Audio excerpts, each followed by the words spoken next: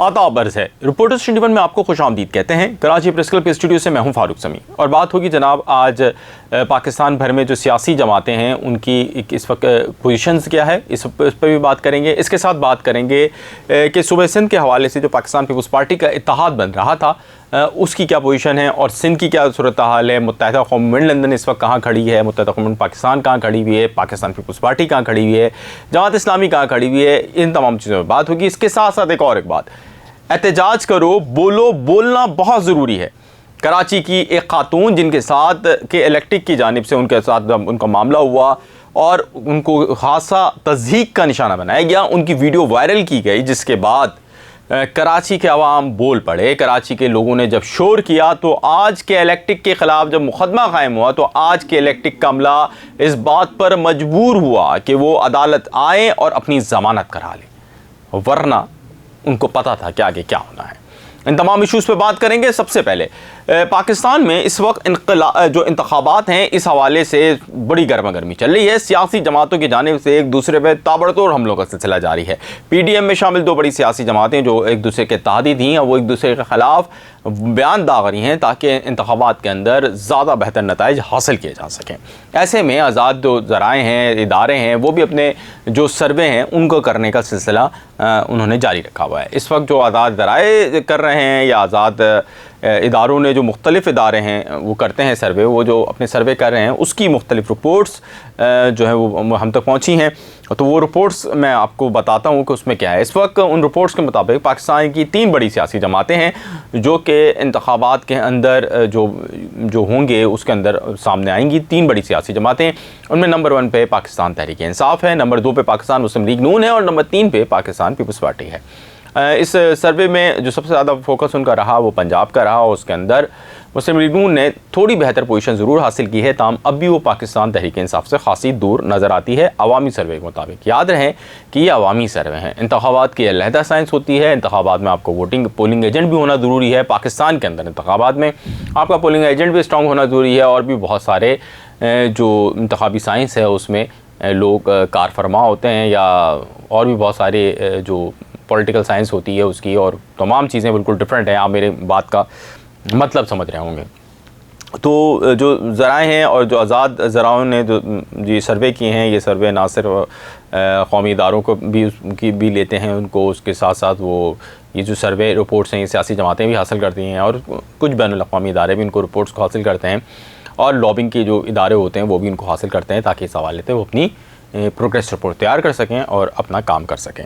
तो जो अब तक की इतलात हैं और जो अब तक के जो सर्वे हैं उसके मुताबिक पाकिस्तान तहरीक इंसाफ जो है वो खासी पजीराई हासिल कर चुकी है, खासा आगे है इन दोनों सियासी जमातों से जिसका मैंने तस्करा किया, यानी मुस्लिम लीग नून और पाकिस्तान पीपल्स पार्टी।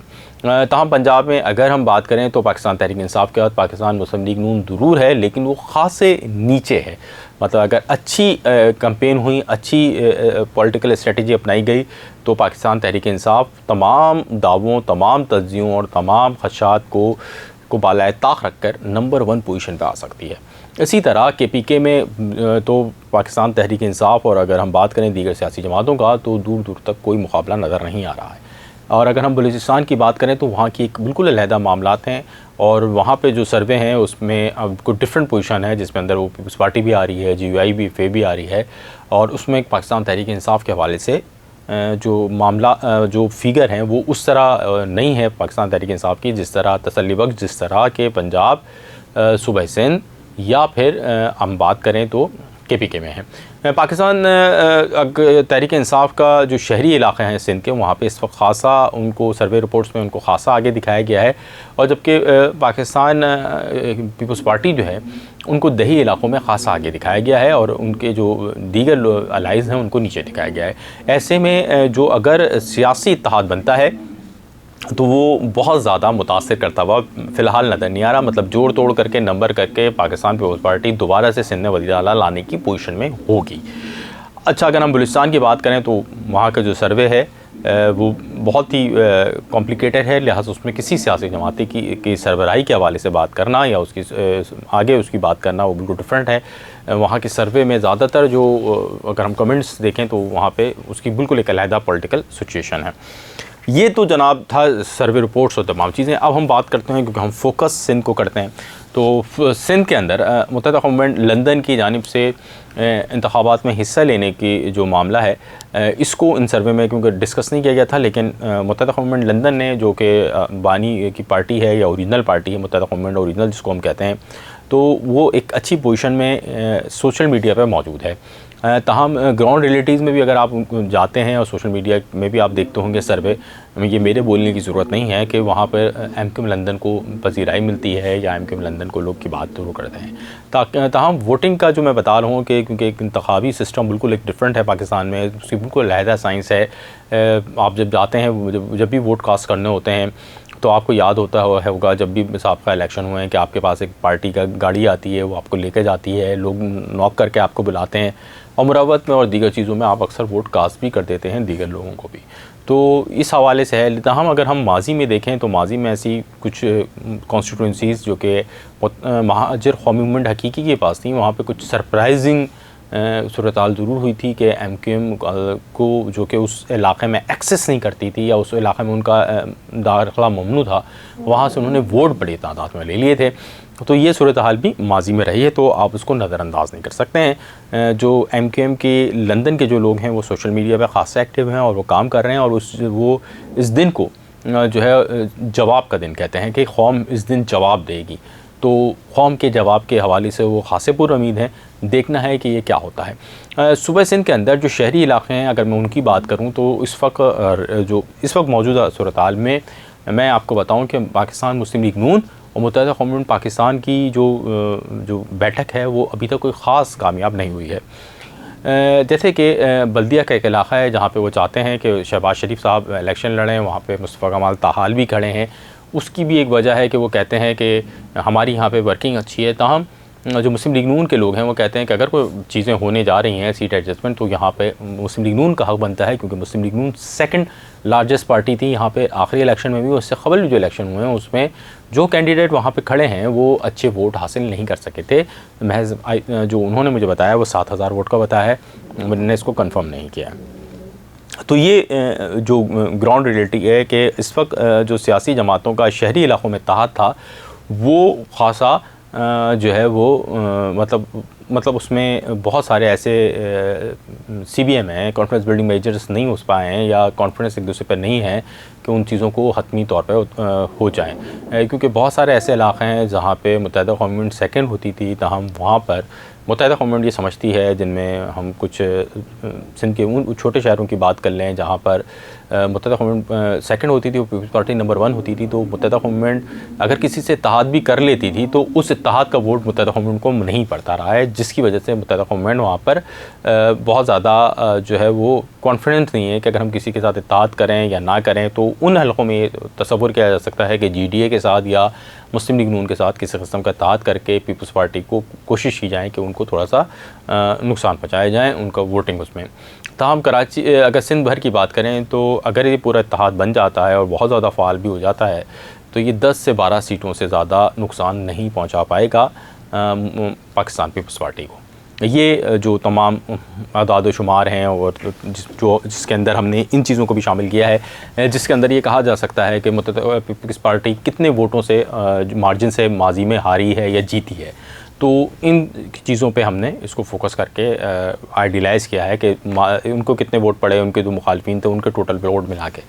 तो ये इस वक्त की ताज़ा तरीन सूरत हाल है कि सिंध के अंदर क्या चल रहा है। शहरी इलाक़ों में भी पाकिस्तान पीपल्स पार्टी ख़ासी एग्रेसिवली आई है और उसने कोशिश की है, जहाँ पे पाकिस्तान पीपल्स पार्टी को लियारी में बिलावल भुट्टो सरदारी इस खदशे की वजह से कि वो शिकस्त खा जाएंगे, कहा जा रहा है कि वो वहाँ पे नहीं खड़े हुए, जैसे कि हमने बताया भी था आपको।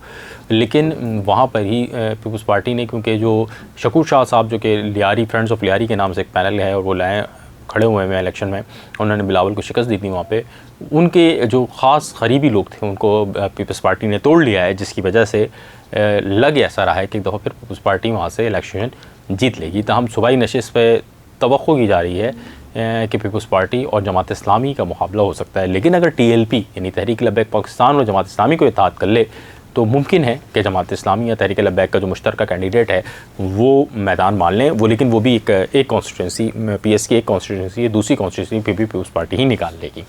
ये सूरत हाल है। अच्छा जी, मैंने अपने इंट्रो में कहा था एहतजाज ज़रूरी है, एहतजाज ज़रूर करें। वो मैंने आपको इसलिए कहा था कि गुज़िश्ता दिनों के इलेक्ट्रिक के मामले पर एक खातून ने थोड़ी सी बदतमीज़ी की थी कि इलेक्ट्रिक के टीम के साथ, जिसको उनको पकड़ लिया गया, उनको थाने ले जाया गया, उनको वहाँ पे वो हाथ जोड़ जोड़ के माफ़ी मांगती रहीं और वो वीडियो वायरल कर दी गई, जिस पे पूरा कराची जो है वो खासा गुस्से में आया था।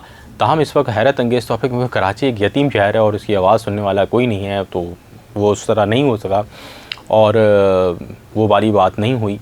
और मैंने बताया कि मैंने जब सियासी जमातों से रब्ता किया तो उनमें भी सिवाय जमात इस्लामी की किसी ने मुझे सख्त बात नहीं की, यानी कोई इस तरह की बात नहीं की जिसके तहत कि इलेक्ट्रिक को वार्न किया जा सकें।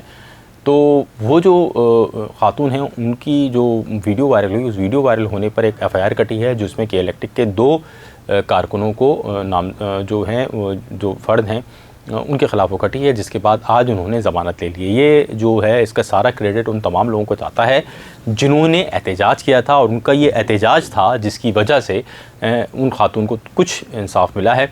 होना तो उस शख्स को भी कटहरे में लाना चाहिए था जो उस वक्त कुर्सी पे बैठा हुआ था थाने पे, और जो भी थाने का मुकामी अफसर था ये उस थाने का, उसको चाहिए था कि वो खातून के पास जाता, उनसे अदब से बात करता। ये हमारी सिर्फ मतलब एक पब्लिक सर्वेंट होने के नाते ही उसका काम नहीं था, बल्कि एक जो पाकिस्तानी माशरे की और ख़ुसूसन सूबे सिंध के माशरे की और ख़ुसूसन कराची के माशरे की जो हमारी इक़दार हैं, ये उसके मुताबिक नहीं था उसका रवैया कि वहाँ बैठ के वो तल्ख़ ज़बान में या सख्त ज़बान में ख़ातून से बात कर रहा था। ये आपका एहतजाज था। ये हुआ, हर सियासी जमात जब एहतजाज करती है तो वो दोबारा पावर में आती है, चाहे वो मुस्लिम लीग नून हो या कोई भी सियासी जमात हो। अगर आप कराची के रहने वाले हैं, सिंध के रहने वाले हैं या पाकिस्तान के किसी भी इलाके में रहने रहते हो, आपको उसकी मिसाल मिल जाएगी। पंजाब में आपको मुस्लिम लीग नून की मिल जाएगी, आगे पीछे देखेंगे तो भी कहीं मिल जाएगी। सिंध में अगर आप MQM की मिसाल ले लें तो हर ऑपरेशन के बाद वो और ताकतवर और तगड़ी होकर निकली है। ये अलहदा बात है कि इससे कबल जो है वहाँ पे वो मिडिल क्लास की जमात थी और अब वो मिडिल क्लास की उस तरह जमात नहीं रही, क्योंकि जितने भी लोग हैं MQM के अब ज़िम्मेदार, वो उनकी गाड़ियाँ देख कर ही अंदाज़ा हो जाएगा वो कितने मिडिल क्लास हैं। लेकिन उम्मीद है कि सूरत हाल बेहतर होगी, शहर बेहतर होगा इंतखाबात के बाद, और इसी उम्मीद के साथ इस प्रोग्राम का अख्ताम करते हैं। हमारे व्लॉग के हवाले से आपने अपनी राय देनी है, अपना फीडबैक ज़रूर देना है हमें, और अगर अभी तक आपने रिपोर्टर्स 21 को सब्सक्राइब नहीं किया है तो हमारी गुजारिश होगी कि हमारे चैनल को सब्सक्राइब कर लीजिए। आपका बहुत शुक्रिया। आदाब अर्ज़ है।